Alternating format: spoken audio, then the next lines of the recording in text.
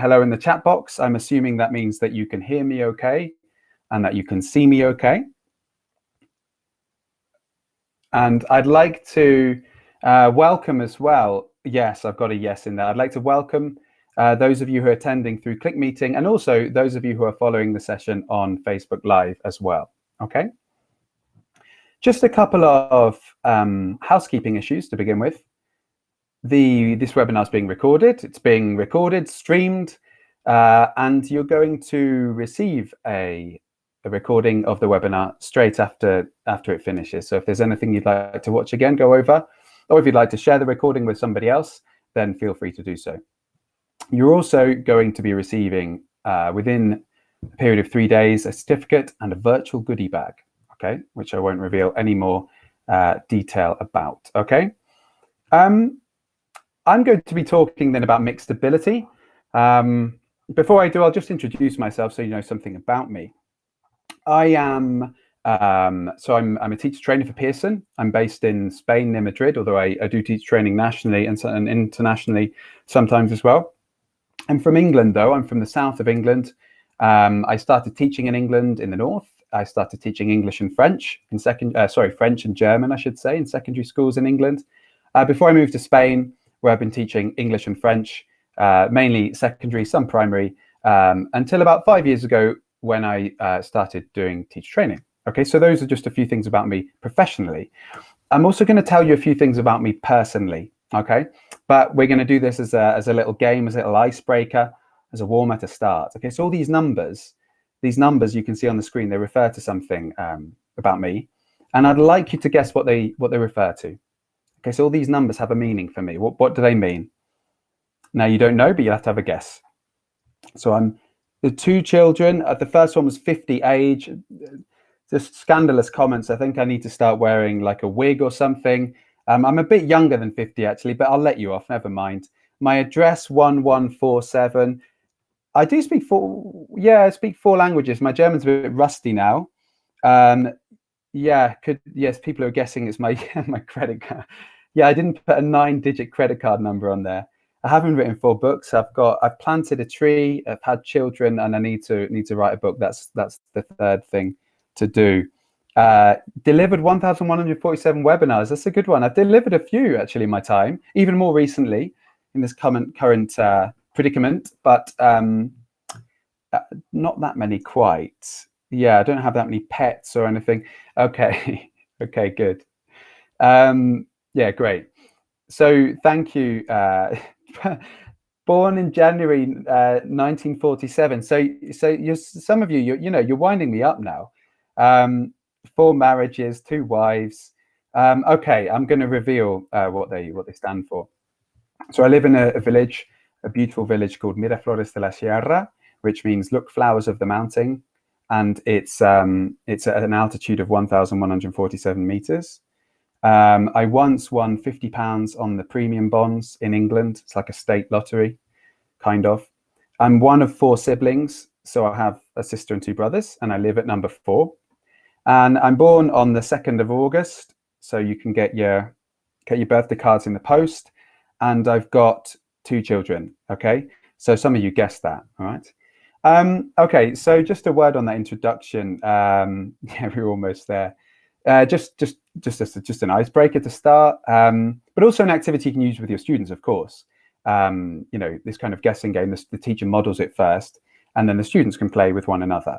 Yeah, it's effective because people come up with funny guesses and outrageous guesses, as some of you guys did. Yeah, and then the students will try to outdo each other as well. Try and be funnier and stuff. So a bit of a variation on there. Sometimes you say 3 sentences about yourself, and one of them is false, and they guess and they ask. Students can do it together. Doing it with numbers is just another option. So yeah, just a little warm I wanted to do at the start. Okay. Okay, so we're talking about mixed ability here today. Does anybody here teach a mixed ability class? If you can tell me in the chat box. Somebody says everyone. Now, maybe somebody says we all do. Well, maybe not. Maybe some of us teach 30 robots who are all exactly the same. Yeah, we're all saying yes, and some of us are saying that we all are, and that's, you know, that's the, you've kind of predicted the point I wanted to make as well there, that i.e. that all teachers are by definition mixed ability teachers, right? There's no such thing as a homogenous as a homogenous class. Students vary in lots of different ways. You know, even within language knowledge, there's variation in the 4 skills. So, you know, although mixed ability in terms of English level might be more pronounced in some schools where students are grouped by age, rather than in private language schools where they're grouped by ability level, I should say, mixed ability is a reality for every teacher. Yeah. So for today's webinar, we won't be looking at all of these different traits. We won't have time for that. We'll be focusing mainly on English ability and English level. I suppose they're not necessarily the same thing. You can have lots of ability, but a very little experience, and therefore lower level. Yeah, and this list, I'd like to credit Pennier with this list of ways in which students vary. Okay. So perhaps in the chat box, just to get the ball rolling, you could give us some challenges of teaching mixed ability classes. What makes it hard from a teacher's perspective to teach mixed ability classes? Pair work, giving feedback, it takes time. Yeah, it does take time to plan and to do. Differentiation, methods, lots of prep. People are saying misunderstandings, pleasing everyone. Yeah, it's tough, isn't it? Differentiate, all the pace of the teaching. Yeah, I like a nice pacey lesson. Keep my students on the ball, teens engaged. But then, of course, sometimes you're going to need to slow it down if somebody doesn't understand. You can't just power on. Yeah. So getting the pace right is important. Yeah. Feedback grouping. I mean, yeah, in a lot of ways, these are just some of the challenges of teaching, right? Yeah. Some don't want to know. Yeah. That's to do with motivation, isn't it? Boredom. Yeah. Wow. What a job we have. Yeah. We do have a number of challenges. Some of the ones I haven't picked out as many as you. My experience, weaker students, if the work's too difficult for them, you know, they might give up on it, just as the stronger students might finish it at double quick speed.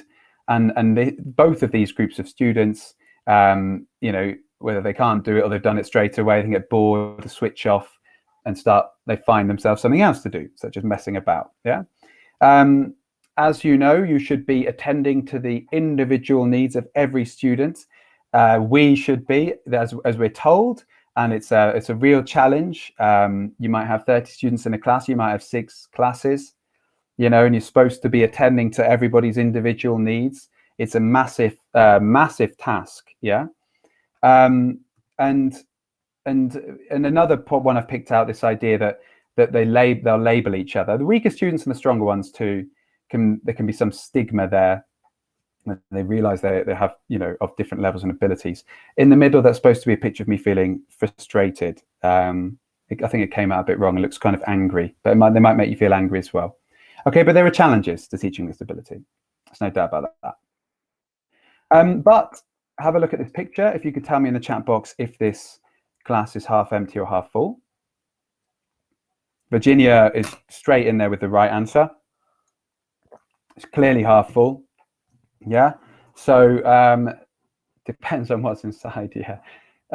Yeah. Just making the point that, you know, we're going to be positive. We're going to be optimistic here. There are advantages, right, to teaching mixed ability classes. There are benefits. Yeah. You know, just a few of those. So a mixed ability classroom mirrors the world in which students will find themselves once they've left school, right? So it's diverse. It's a diverse, globalized world out there. There are all sorts of people. And a good way to deal with mixed ability classes in general, to try to develop certain values in our students. You know, respect, tolerance, empathy, helping others. These are values we want to see in people anyway. Okay, but it helps us develop them for our classes. Mixed ability classes encourage collaborative learning. So to continue on from the last point slightly, there's a wide scope for collaborative learning in mixed ability classes. We can have students, we can have group work with students taking on different roles, students teaching one another. It can be beneficial for weaker and stronger students, this. Once you can explain something, you can understand it. In the picture of the shark, this idea that, teacher sort of prowling around, ready to call on an individual in front of the class. Students, a bit more safety in numbers. Sometimes it's good to start them working in pairs and groups and speaking in pairs and groups, and then maybe, for example, preparing a presentation, and then maybe doing it in front of the class. So plenty of pair and group activities, okay? And finally, mixed ability classes do, being extra positive here, do involve lots of challenges, as we've established, but they do make us better teachers. So this idea that how do we deal with materials creation, classroom management, and so it sort of develops these time management, develops these skills, trying to respond to these challenges. Okay. So I'm going to look at two different angles to come at the issue of mixed ability today. So I'm going to be looking at differentiation and fostering effective communication. So by differentiation, I mean that students are learning and working on what they're ready for, what they have the ability to do, and they might not have the same readiness level or ability level as we've established. So basically means they might not all be doing exactly the same thing in class at exactly the same time. This is probably a feature of all of our teaching anyway. So I dare say you've handed out a few fast finisher activities, or you've provided a bit of extra scaffolding for your weaker learners. So I'm sure everybody's already using differentiation. Collaboration means our students, working together. Of course, it's a bit more than that. It's not go away and do that in groups of 4. It requires each student to know what they're doing or supposed to be doing in a group. Both have their place, certainly. Both have their limitations. I mean, imagine, for example, trying to prepare 30 different tasks for each of your learners, exact abilities and preferences. Apart from not sleeping, the class would be impossible to manage. Okay. I'm not saying, do one or the other. They can overlap. So roles in a group project could be differentiated. Yeah. Okay. Okay. So I want to. I've split into 2 sections, and I'm gonna go through practical activities to try to exemplify what I've said in the introduction. So we're going to watch a video first of all. If you just tell me in the chat box what this video is going to be about and why you think so.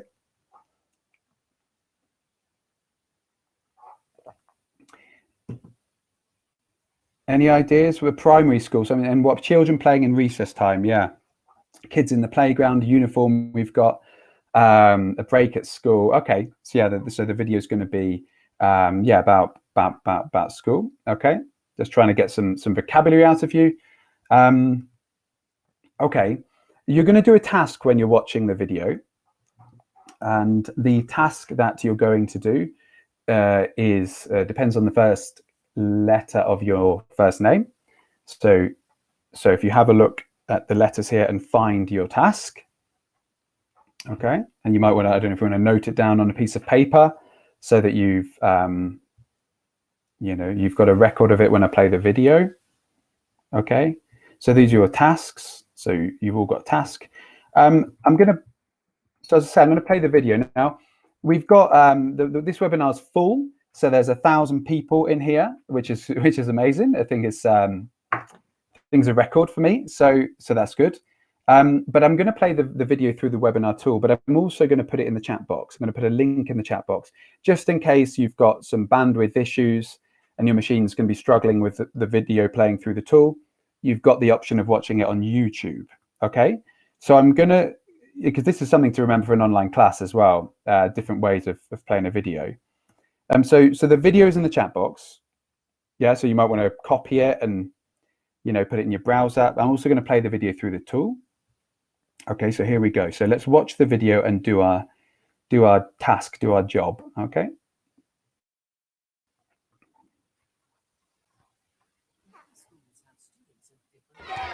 Many schools have students of different nationalities.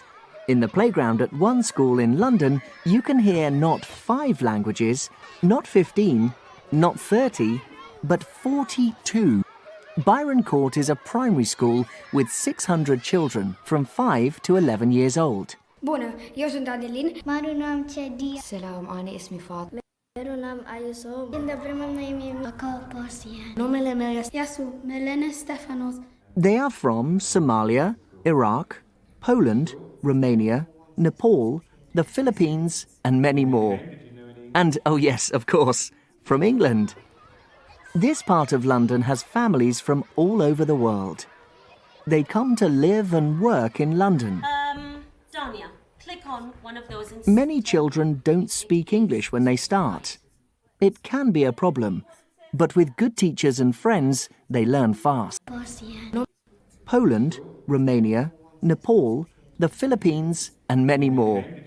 And, oh yes, of course, from England.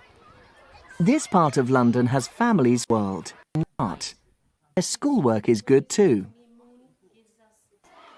The children at this school get to know children from different countries. For them to have friends from different countries. At Byron Court, the children don't cultures. Okay. They also learn to work together. A good example for everyone. Okay, good. Yeah, I saw in the chat, so heartwarming. I thought the video is appropriate for something on mixed ability and, certainly diversity. Must be an amazing school to work in. I've worked in diverse schools, not quite as diverse as that.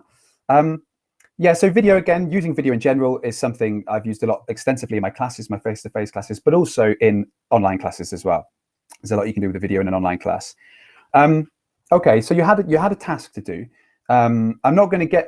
Many of you have been putting your answers in the chat, which is great. I'm not going to go through the questions one at a time. That would be here for some time, and there's a lot I'd like to get through today. So I'd just like you to look at the other questions that you didn't have to do. If you just look through all the tasks, and if you type in the chat box which question you think is easiest and which one is the hardest, you can say why if you like, and do say easiest or hardest so I know what you mean. So which is the easiest question here and which is the hardest?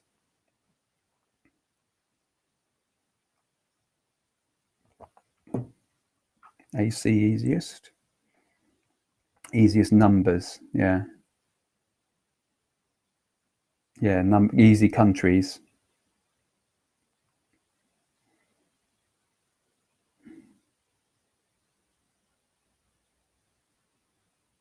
Okay, V to Z hardest, yeah. M to O is the easiest. So a lot of people are saying the countries and the numbers are the easiest. Yeah, so, okay, so different, P to R is the hardest. Okay, different opinions. I'm just going to go tell you what I came up with. So I agreed with what many of you said in the chat box. I think writing down the school words you heard and the countries you heard, assuming you know basic vocabulary on school words and countries, you just have to spot the words, individual words. It's, it's receptive. Writing down the school words you see is also an individual word level, but you produce the words, you're not given them, yeah?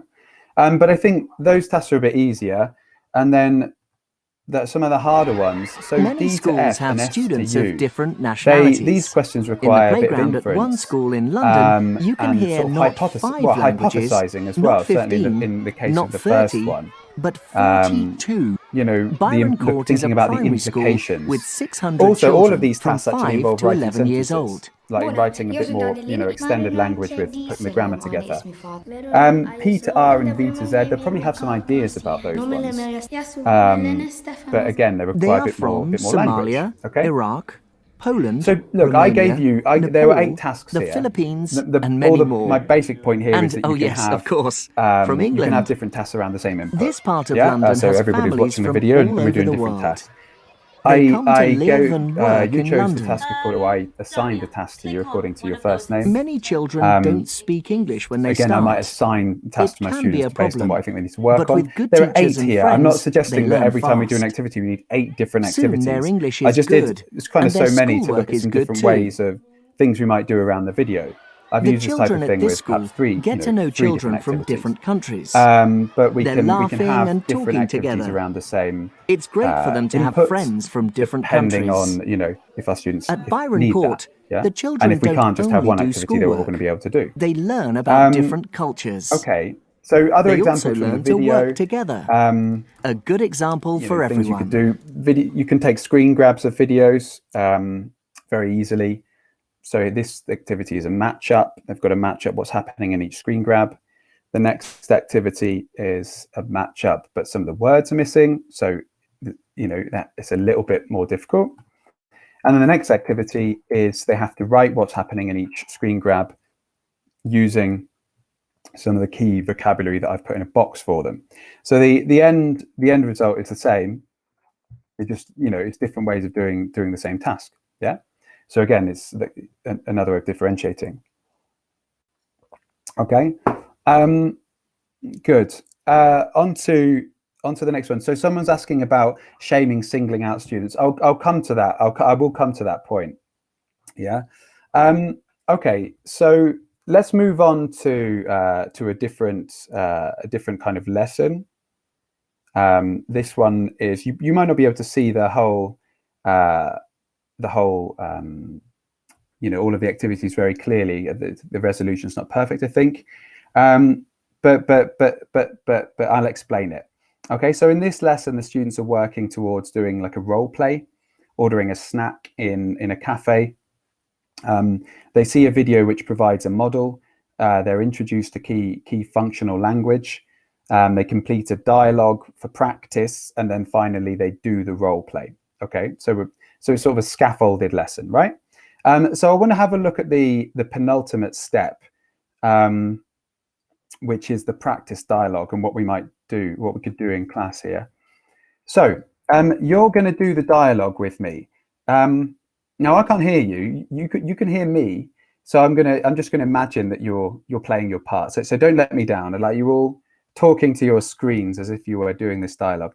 You're going to be orange, and I'm going to be sort of the bluish color. Yeah, the kind of grey blue color.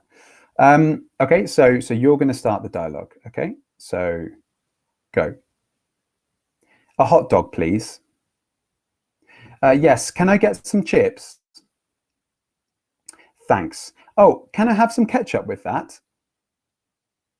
No, thanks. How much is that? Here you are. Thanks. Okay, right. Now let's do the dialogue again. Oh. A hot dog, please. Yes, can I have some chips? Thanks. Oh, can I have some ketchup with that? No, thanks. How much is that? Here you are. Thanks. Okay, so I'm saying too fast. So I'm judging yours in my mind. I'm trying to get the timing right. You know, I can't hear you. Right, you go again for the orange. Go. A hot dog, please. Yes. Can I have some chips? Thanks. Oh, can I have some ketchup with that? No, thanks. How much is that? Here you are. Thanks. Okay, right. Let's have a look. So, who had the hardest role here? Did I have the hardest role, or did you have the hardest role? And why, if possible? Yeah, you had the hardest role, didn't you? Yeah. Yeah, more gaps, somebody said. It's going quite fast. I obviously knew I knew the text. Yeah, I made it, so I had an advantage there. So you had the hardest role. You had 16 words to remember, and I only had 8, and some of them were the same word, so only half. And you had some entire phrases to remember, like "here you are." So it's a disappearing dialogue, this activity, right? The aim is to get students to remember the functional language they'll need to use before they do the freer practice role play. Yeah, so the next one is doing a role play where they have to come up with the language themselves. And you know, the point relating to mixed ability here is that whenever you're getting them doing dialogues, there can be more or less challenging roles, and we can decide who we might want to assign them to. Okay, okay, good. let's move on. We're going to talk about a reading activity now. Okay, so I'm just going to get you to read the text. Okay.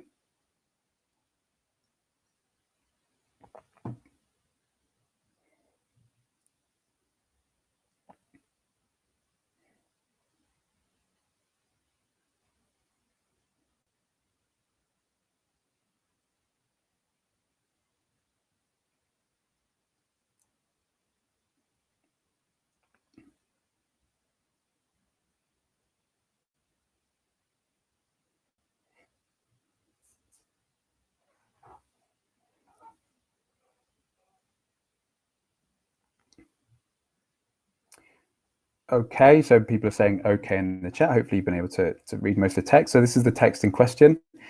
And now these are the questions around the text. So I'll give you a second in a second, just have a quick look at what you need to do in the questions. And then if any of you can put in the chat box, imagine you're teaching this to a class and you know some of the students are going to need some support and scaffolding with some of these questions, and other students are going to need some challenge with some of these questions.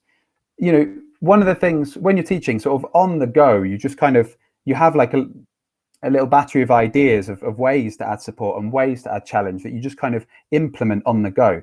You know, and that's a little bit what this is about. So have a look through, please, and any ideas for adding challenge and support to any of these questions, feel free to put in the chat box.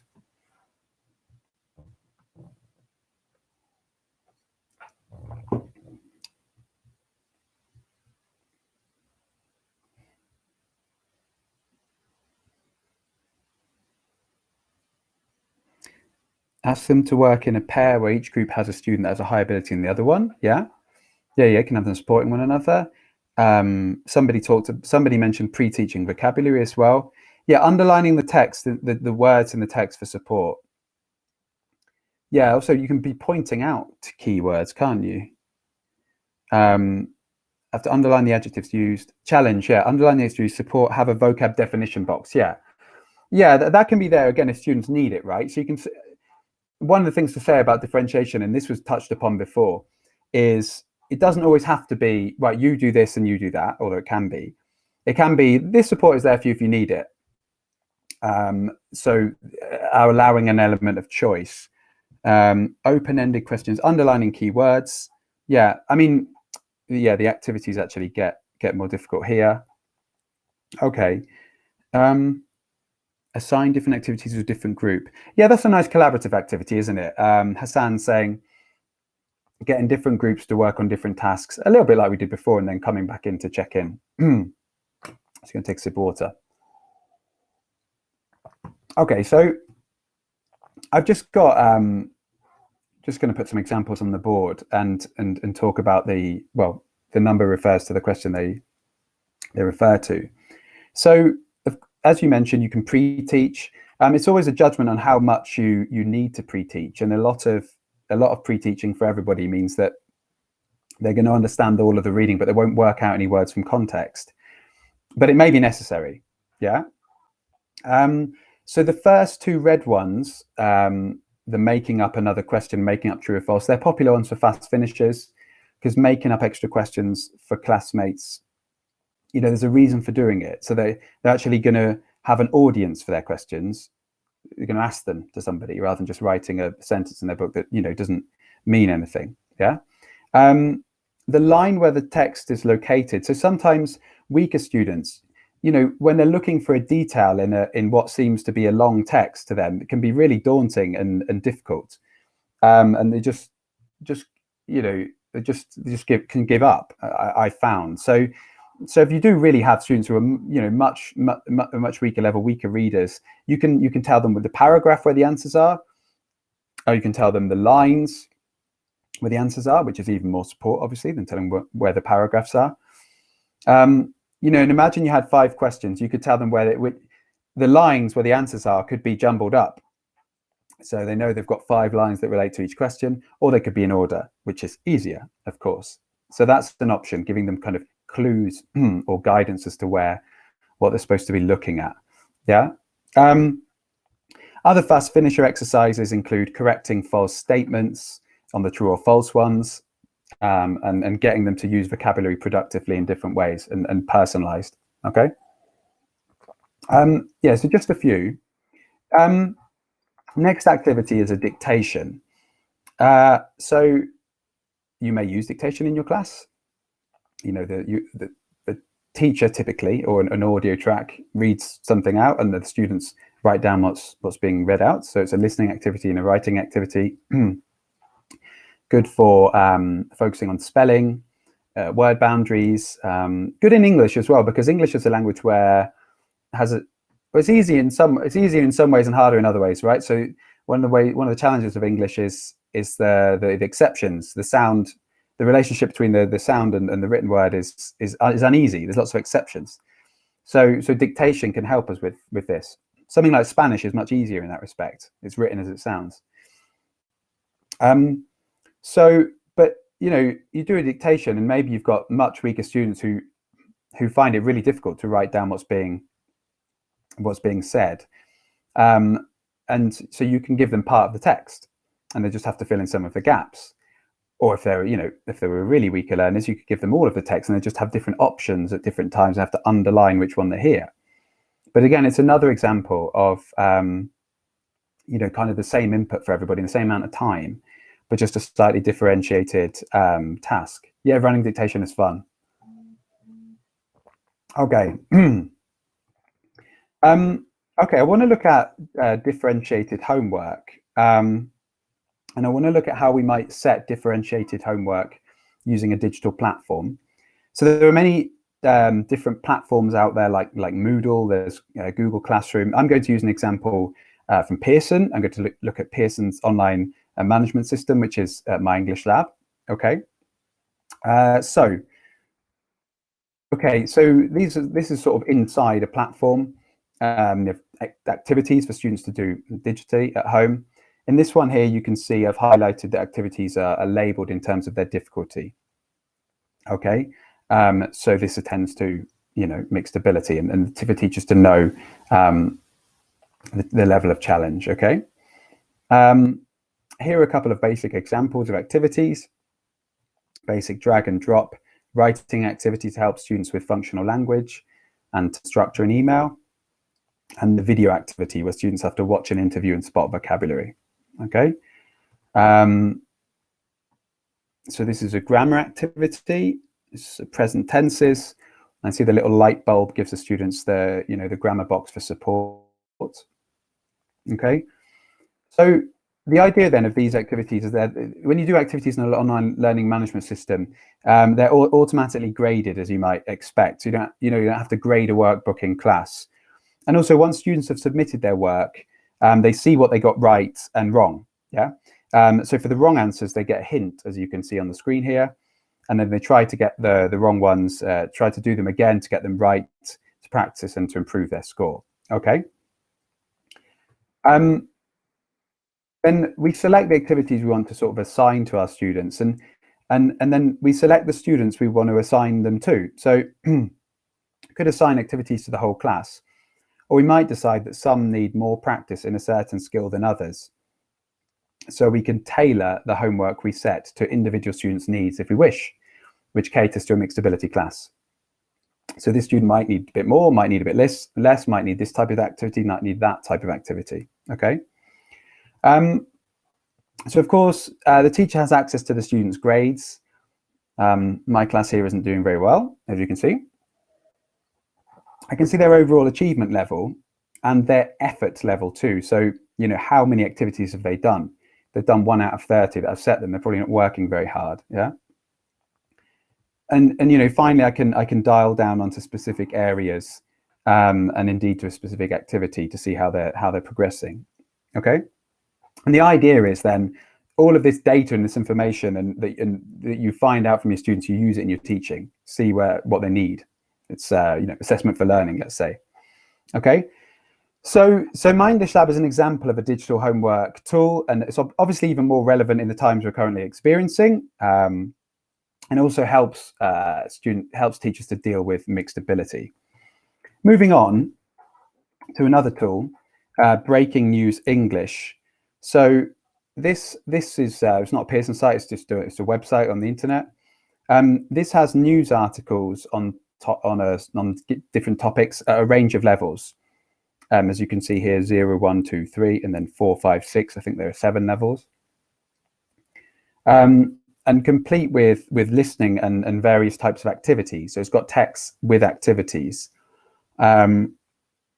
You know, so the idea is you can differentiate the level you ask your students to do, or indeed let your students know that they can try the text above or below if they need to. Okay.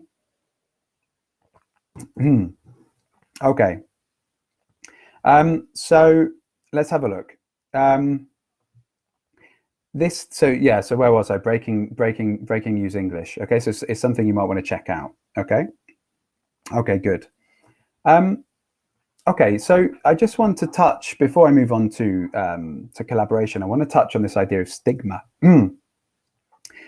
So there's an argument that explicitly providing differentiated tasks where the pupils themselves know that some are easier than others is highlighting difference. And I guess, you know, it can be, and it is. But my response to this is that students realize there are different levels of ability in the class, no matter what the teacher does.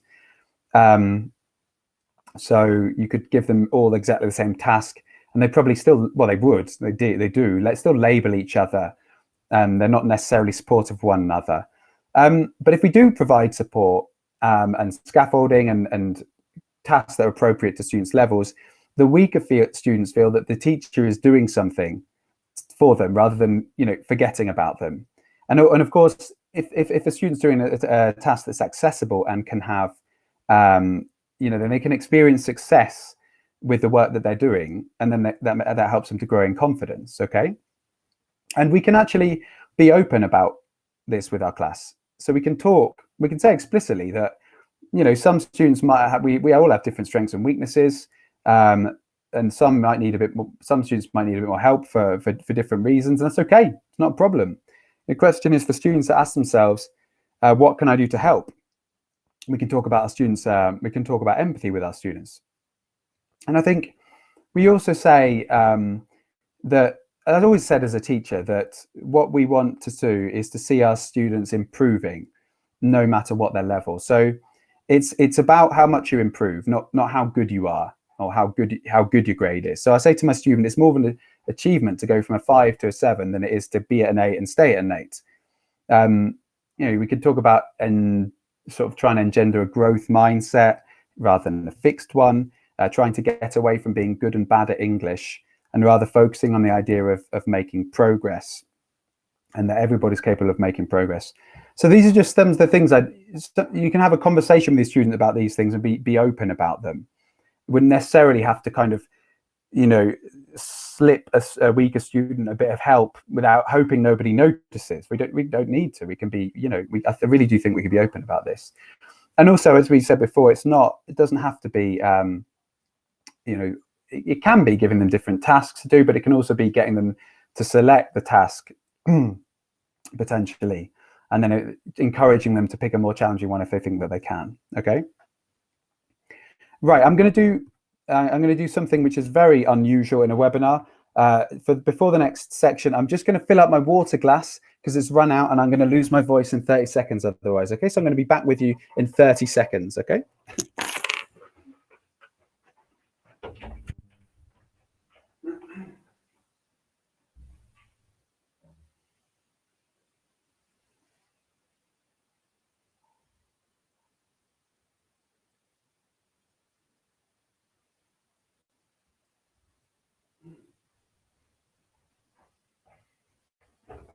Right.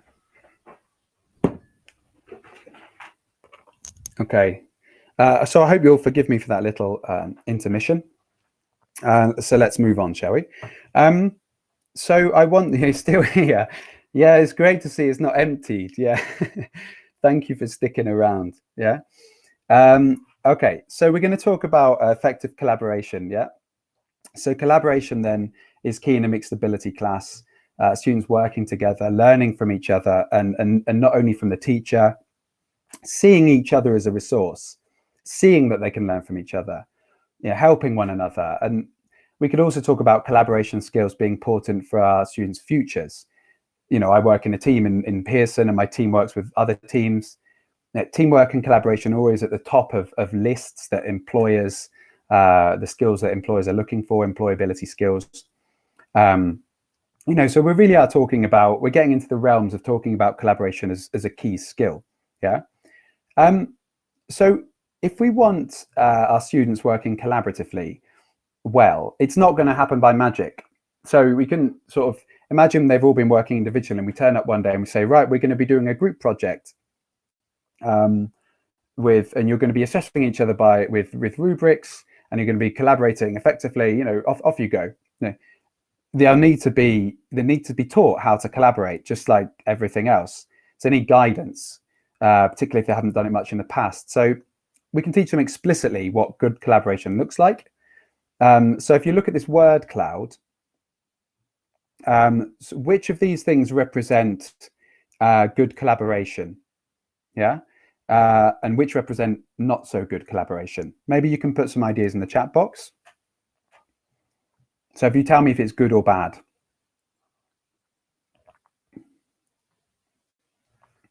Okay, take turns. I'm guessing you're saying, yeah, take turns is good. Yeah. Take turns, listen, good. Yeah.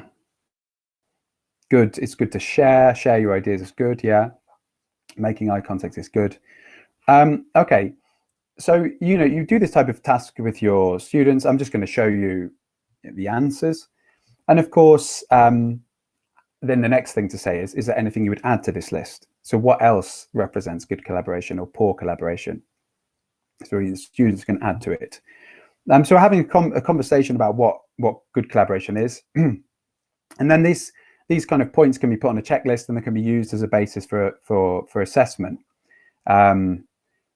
So they can be ticking off and talking about each other's collaboration. So we can really are focusing on collaboration as a skill, trying to teach them how to collaborate.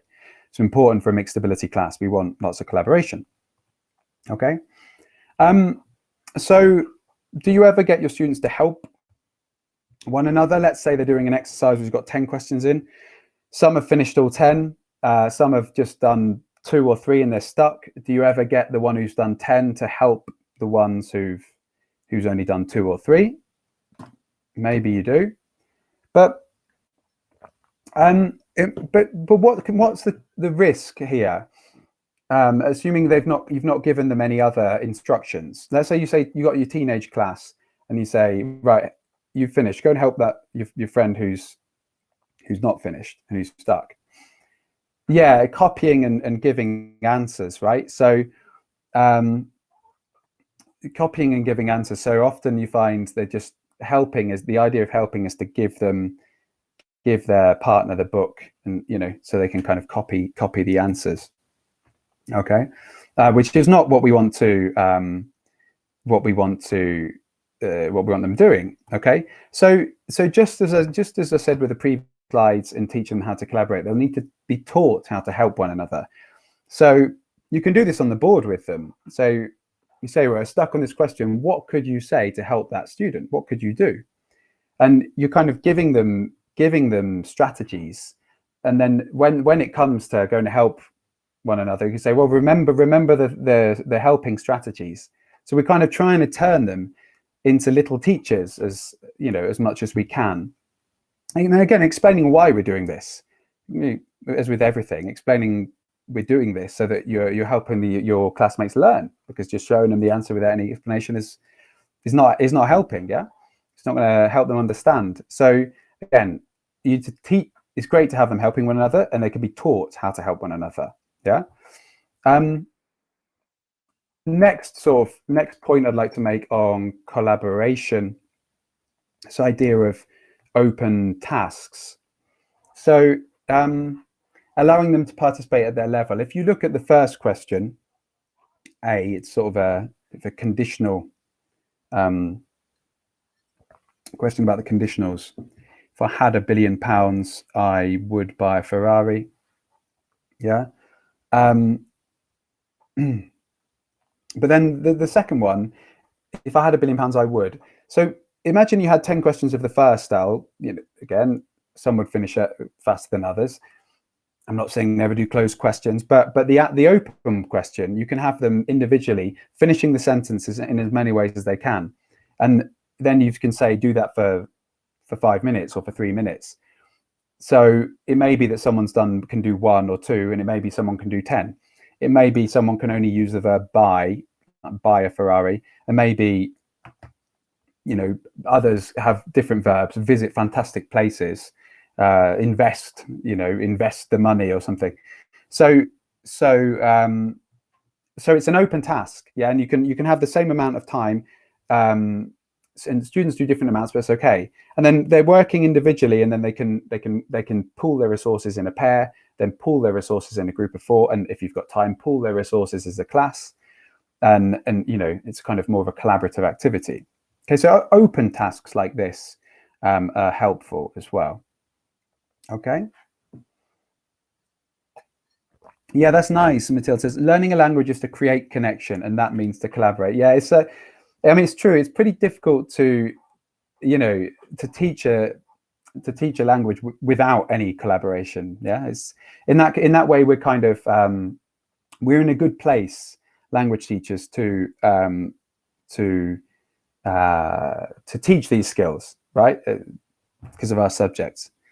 Yeah, one of the best soft skills to teach. There's more and more about soft skills, right? Collaboration, communication, critical thinking, of course, creativity.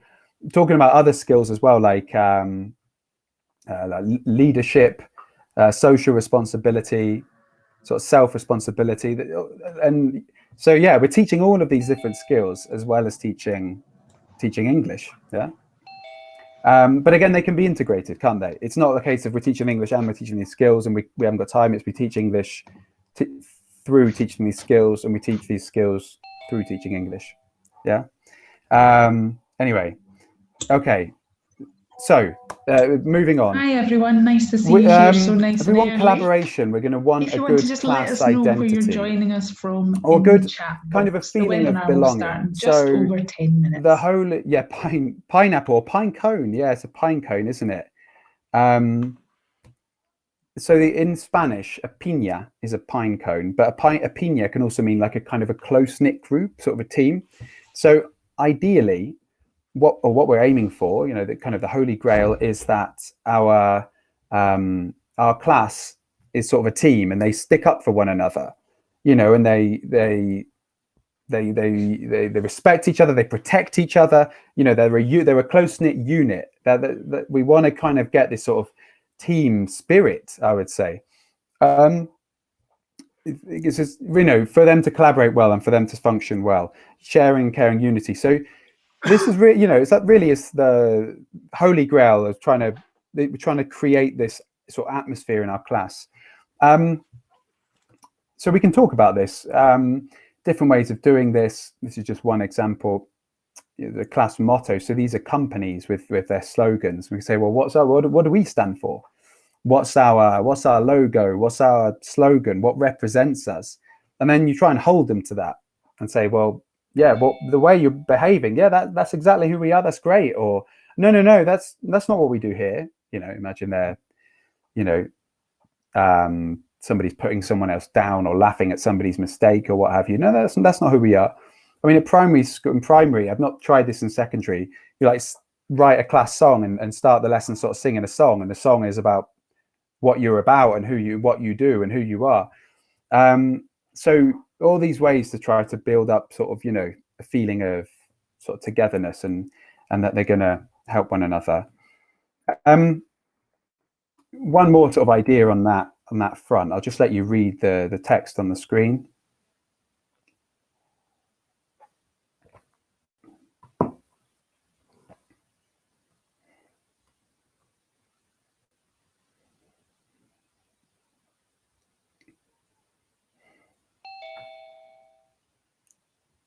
Okay, so I guess you've read it. So I'll just show you what it looks like now. So this is my colleague, Hi everyone. Maria. The She webinar was will very start in happy, about 10 minutes. very happy with this As you're joining us, picture. you just want to use the chat box Yeah, to let us know where you're joining us from. and it's a introduce reminder yourself. of how you know, what you know, that she's appreciated, and that the people think she's got lots of qualities. And the idea is that we do this with all students, and then they can go on the wall. I can go on the wall of our classroom. It's just a constant reminder, as well as having something to brighten up our class. I think normally secondary classes are not quite as bright and decorated as primary classes. Primary teachers are the masters of that type of thing. We secondary teachers, we're not always at that level. Yeah, but this is something that could go can go on the wall. Yeah, and she was just really happy when she got it. It's really you know, feel good, and we can point towards it, and anything to try to create this group, which is what we're aiming for. Yeah. Yeah, strengths and bonds motivate them, people are saying there. True, the primary and secondary teacher things. Yeah, it's only my experience. Yeah, okay. Yeah, okay, good. Okay, right. So that, you know, that brings me to the end, really. I hope I've, you know, we've got maybe a couple of strategies to try out in dealing with mixed ability. I hope a couple of activities to try out in our classes.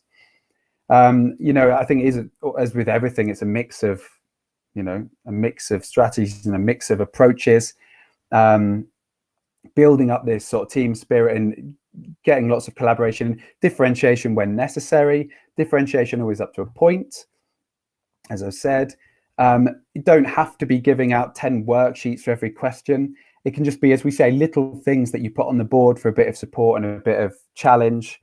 So you know what's the right amount and what you can do as well. So I'll just say, like, there's a couple of pairs we just pen week. Yeah, somebody's just said, would you pair weak, strong, and strong, weak? I mean, yeah, I'd say a mixture, really. Depending on what you want to get out of the activity. I wouldn't just go for one approach. I wouldn't say always put strong with strong and always put weak with weak, but I wouldn't say always put strong with weak as well. I think it depends on the task. Yeah, so I'm trying to yeah. So just having a look at some questions. So feel free to pop them in. There's a couple of people saying thank you. You're welcome. Yeah, people are saying. Okay, I'm just. Let's have a look. Somebody's question about Vox Pops. Are there interview questions? Aren't there interview videos? BBC interview videos. Let me just get to the public chat box. Oh, there we go. Unread messages. I'm going to go to the bottom. Lots of people saying thanks. You're very welcome. Very welcome indeed. Thanks for giving us an hour of your time. I'm just gonna move on to the. Hello and welcome if you're just joining us. The webinar will start in about 5 minutes. The housekeeping So slides. take this time to introduce yourself in the chat box. These Spring Days, a series of Spring Days From. webinars. It'd be nice to know. Still 2 or 3 days left. Some cracking webinars, professional development, and ideas to, you know, to sign up to and to attend. So feel free to do that. The website's on the page there. There's also, let's have a look. Yeah, just a reminder that this has been recorded as well as being streamed. You're going to be sent the link to the recording. And